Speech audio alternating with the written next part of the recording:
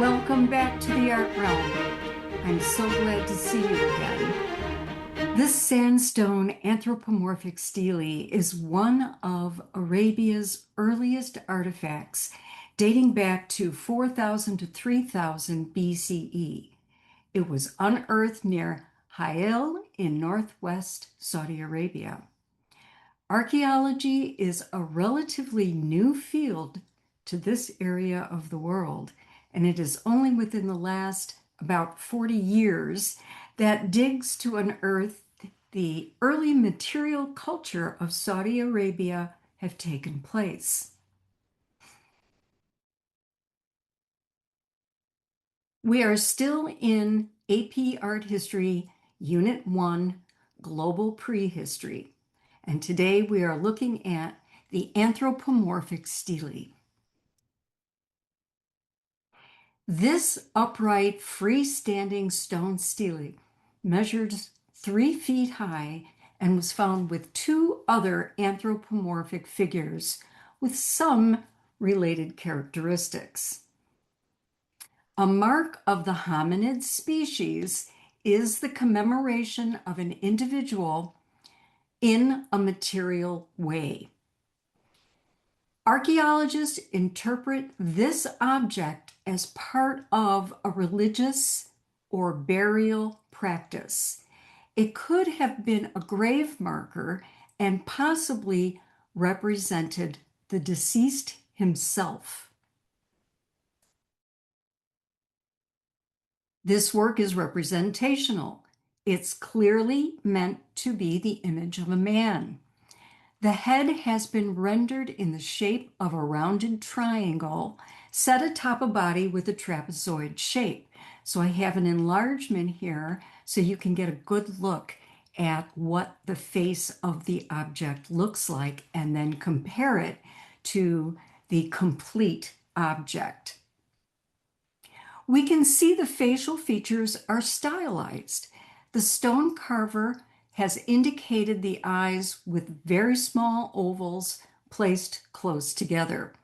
The nose is a flattened, elongated triangular shape. At the waist, a double-bladed dagger hangs from a belt, and a simple necklace adorns the chest area.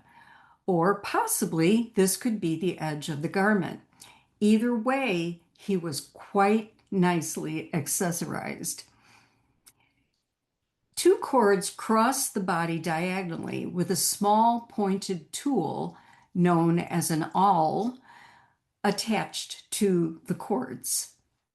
To date, 60 stele sharing some common characteristics have been found over a vast area of territory, approximately 1,500 square miles from Jordan to Yemen on the Arabian Peninsula.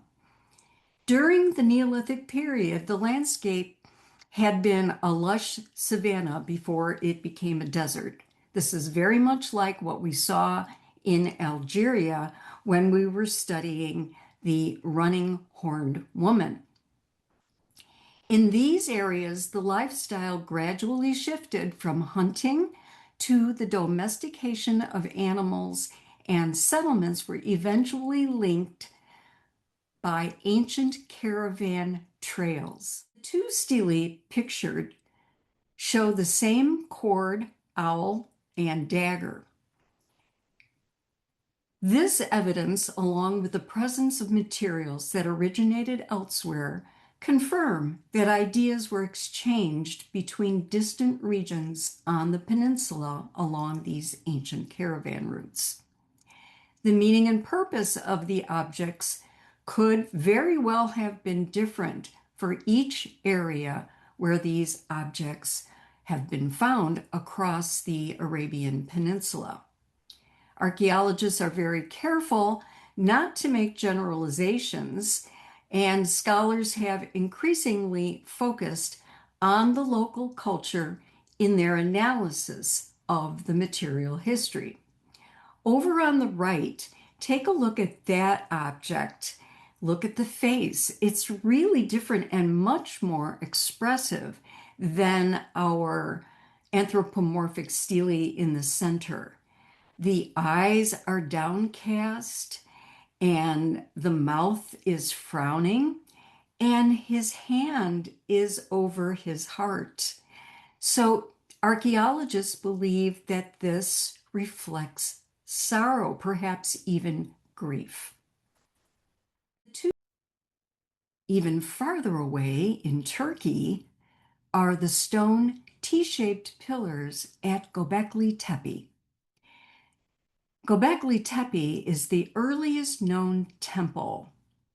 And there's also another object that you see on this slide called the Urfa Man, which is the earliest known life-size sculpture of a man from about 10 miles away from Göbekli Tepe. These sculptures are much earlier than our anthropomorphic stele man. They date to 9600 to 8200 BCE. The Göbekli Tepe example is a relief carving, while Urfa Man is in the round or freestanding. Anthropomorphic characteristics include arms carved on the sides with accessories and a belt in the Göbekli Tepe example. Other pillars at this location depict wild animals and insects. Now, the pillar with the man, I'm wondering, could there be a connection with the Saudi Arabian stele that we're studying right now? Could people from the Saudi Arabian Peninsula have traveled to this temple at some point? Could the early Neolithic caravan trails formed the foundation of the extensive trade routes that became the center of a commercial and cultural crossroads bridging east and west through antiquity? Be sure to review the resources I used to compile this information for a deeper understanding. Stay tuned for more. I'll see you next time.